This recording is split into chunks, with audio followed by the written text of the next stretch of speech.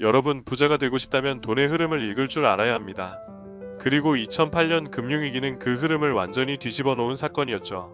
하지만 놀랍게도 이 혼란 속에서 미리 위기를 예측하고 막대한 부를 쌓은 사람들이 있었습니다. 오늘 소개할 책 마이클 루이스의 빅쇼트는 그들의 이야기입니다. 월가의 거짓된 안정 속에서 진실을 꿰뚫어 본 천재 투자자들은 어떻게 수십억 달러를 벌었을까요? 그 답을 함께 찾아보겠습니다.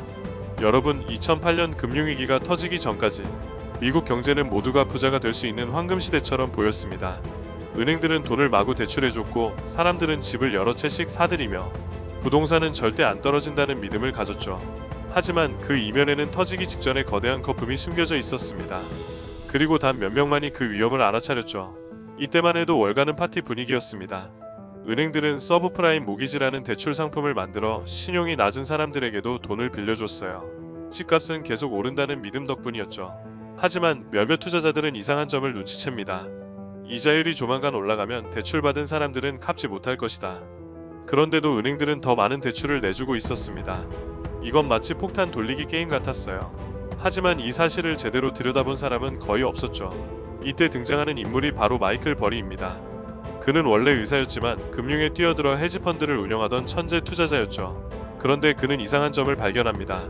마이클 버리는 직접 서브프라임 모기지의 데이터를 분석했어요. 수백 개의 대출 기록을 살펴본 그는 엄청난 사실을 깨닫습니다. 이 대출들은 곧 부실화될 것이다.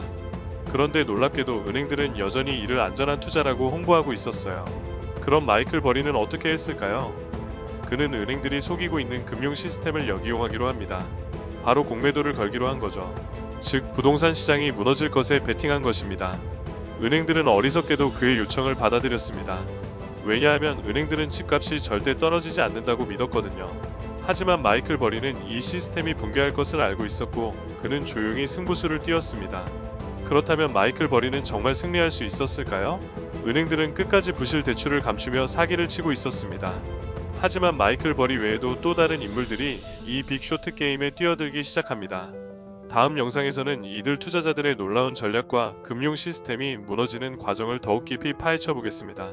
여러분, 금융위기가 터지기 전 은행들은 자신들이 만든 폭탄을 고객들에게 팔고 있었습니다. 문제는 대부분의 사람들은 그게 폭탄인지도 몰랐다는 거죠. 하지만 몇몇 투자자들은 금융시장의 조작을 간파하고 그 흐름을 이용해 엄청난 돈을 벌 기회를 발견합니다. 오늘 이야기할 사람들은 바로 그 빅쇼트를 실행한 또 다른 천재들입니다. 여러분, 은행들은 대출을 쉽게 해주는 것뿐만 아니라 그 대출을 묶어서 상품화하고 있었습니다. 바로 CDO 부채 담보보증권라는 금융상품이었죠. 여기서 중요한 건 이 CDO들이 사실상 쓰레기 같은 대출로 만들어졌다는 겁니다. 이걸 쉽게 설명해 볼게요. 마치 우리가 썩은 과일을 박스에 넣고 겉포장만 번쩍번쩍하게 만들어서 고급 과일 세트라고 속여 파는 것과 같습니다. 그리고 신용평가사들은 이 박스에 최고 등급 AAA를 매겨줬어요. 믿기 어렵겠지만 은행들은 이런 식으로 수조 원을 벌어들이고 있었습니다. 이게 사기였을까요? 아니면 단순한 실수였을까요? 중요한 건 금융권의 핵심 인사들은 자신들의 상품이 터질 거란 사실을 알면서도 끝까지 고객들에게 팔았다는 점입니다. 하지만 이 모든 걸 간파한 몇몇 투자자들이 있었죠. 바로 마크 바움입니다. 그는 이 금융 사기극을 직접 조사하기 위해 움직이기 시작합니다. 마크 바움은 신용평가사를 찾아가 이렇게 묻습니다. 이 CDO들이 정말 안전한 투자입니까? 그런데 신용평가사의 답변이 가관이었어요. 은행들이 우리를 선택해야 돈을 벌 수 있으니까요. 간단히 말해 신용평가사들은 은행의 고객이었고 고객이 원하는 대로 등급을 매겨줬던 겁니다. 완전한 내부 거래였죠. 마크 바움은 확신합니다. 이 시장은 조작됐다. 이건 반드시 무너질 것이다. 그리고 그는 한 가지 결정을 내립니다. 바로 은행들이 속이고 있는 이 시스템을 역으로 이용해 돈을 버는 것이었죠. 그는 서브프라임 모기지가 폭락할 것에 베팅합니다. 즉, 공매도를 통해 은행들이 망할수록 자신은 돈을 버는 구조를 만든 거죠. 그리고 그는 전 재산을 걸다시피 이 투자에 올인합니다. 그런데 월가는 여전히 파티 분위기였어요. 사람들은 집값은 영원히 오를 거야 라고 외쳤고 은행들은 위기는 없어요 라고 주장했습니다. 하지만 과연 그럴까요? 서브프라임 모기지의 연체율은 점점 올라가기 시작합니다. 그리고 금융 시스템은 서서히 균열이 가고 있었죠. 이제 곧 이 거대한 거품은 터지게 됩니다. 이제 곧 월가는 역사상 최악의 폭락을 맞이하게 됩니다. 마크 바움, 마이클 버리, 그리고 몇몇 천재들은 이 혼란 속에서 거대한 불을 거머쥐게 되죠. 하지만 정말 모든 것이 그들의 예상대로 흘러갔을까요? 다음 편에서 금융위기의 본격적인 붕괴와 빅쇼트의 결말을 확인해 보겠습니다. 여러분 탑승 완료. 지금까지 은행들은 마치 아무 일도 없다는 듯이 돈을 벌고 있었습니다. 투자자들은 여전히 집값은 절대 떨어지지 않는다고 믿었죠. 하지만 서서히 바람이 바뀌고 있었습니다. 연체율이 오르기 시작했고 금융 시스템에 균열이 가고 있었어요. 오늘은 드디어 이 거대한 금융 사기의 붕괴 순간을 다룹니다. 여러분 2007년 월가는 여전히 파티 중이었습니다. 하지만 보이지 않는 곳에서 이상한 신호들이 감지되기 시작했죠. 서브프라임 대출을 받은 사람들의 연체율이 폭발적으로 증가하기 시작합니다. 이는 무엇을 의미할까요? 대출을 받은 사람들이 돈을 갚지 못하고 있다는 뜻이죠.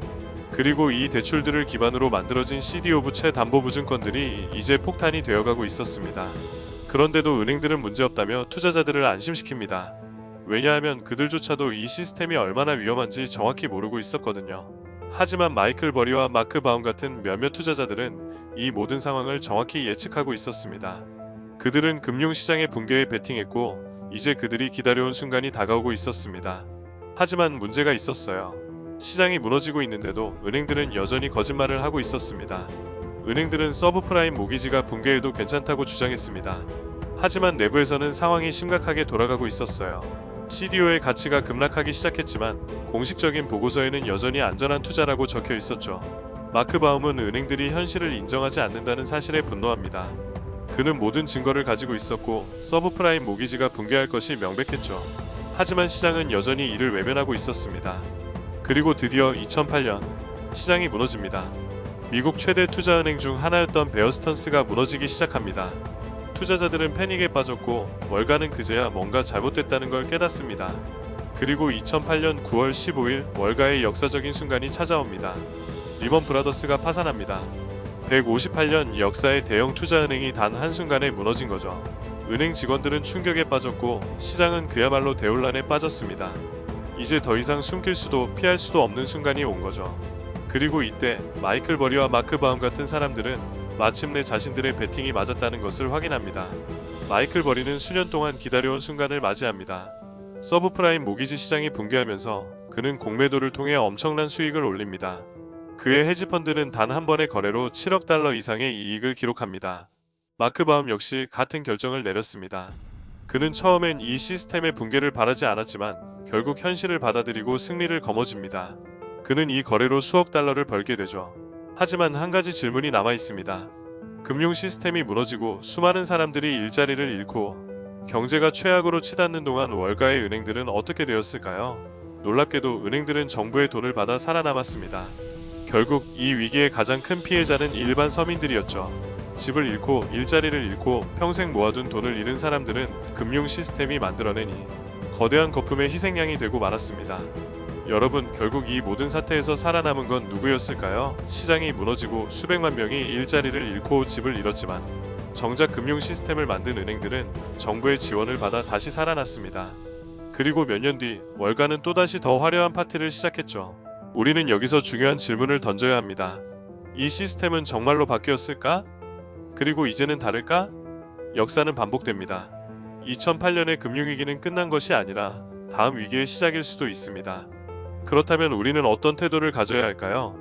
금융 시스템의 구조를 이해하고 맹목적으로 따라가지 않는 것, 그리고 무엇보다도 단기적인 탐욕보다 장기적인 생존을 고민해야 합니다. 역사에서 배운다면 우리는 같은 실수를 반복하지 않을 수도 있겠죠. 여러분, 오늘 다룬 빅쇼트는 단순한 금융 이야기가 아닙니다. 돈과 권력, 그리고 우리가 사는 세상의 본질을 보여주는 거대한 퍼즐과도 같습니다. 지금 이 순간에도 새로운 거품이 만들어지고 있을지도 모릅니다. 그러니 눈을 크게 뜨고 제대로 된 투자자가 되어야겠죠. 오늘 영상이 도움이 되었다면 좋아요와 구독 잊지 마세요. 더 많은 금융 이야기와 경제적 통찰을 함께 나누겠습니다. 다음 영상에서 만나요.